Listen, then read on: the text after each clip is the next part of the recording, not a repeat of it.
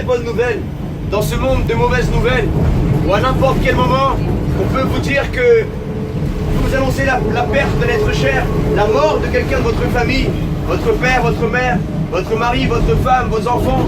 On peut vous annoncer que vous avez perdu votre travail. On peut vous annoncer une maladie, un cancer, un sida. On peut vous annoncer que quelqu'un a eu un accident. Et on voit qu'il y a tellement de mauvaises nouvelles dans ce monde, sans parler de la plus grande mauvaise nouvelle qui est la mort.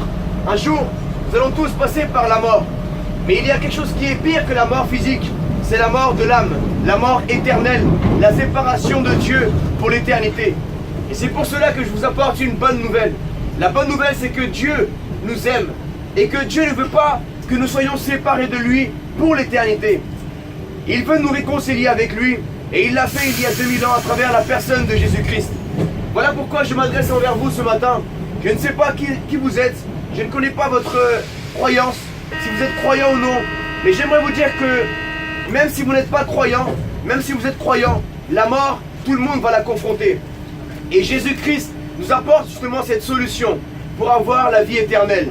La Bible dit que Dieu a tant aimé le monde qu'il a donné Jésus-Christ à la croix il y a 2000 ans, afin que tout celui qui croit en lui ne périsse pas, mais qu'il puisse avoir la vie éternelle.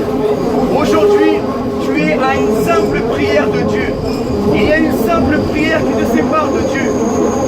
À cause du péché, tu as été séparé de Dieu.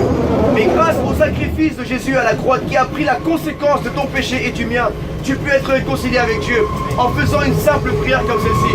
De tout ton cœur, dans ta chambre, en disant: Seigneur mon Dieu, je te demande pardon pour tout le mal que j'ai fait dans ma vie. Je reconnais mes péchés devant toi et je ouvre mon cœur, Jésus.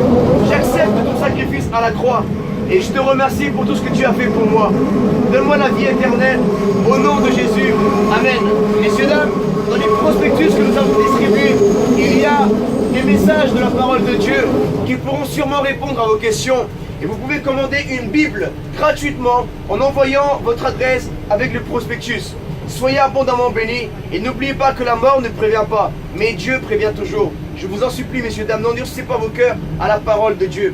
Car de la même façon que Dieu vous offre la vie éternelle en Jésus-Christ, le diable vous offre une éternité en enfer. Soyez abondamment bénis. Bon courage.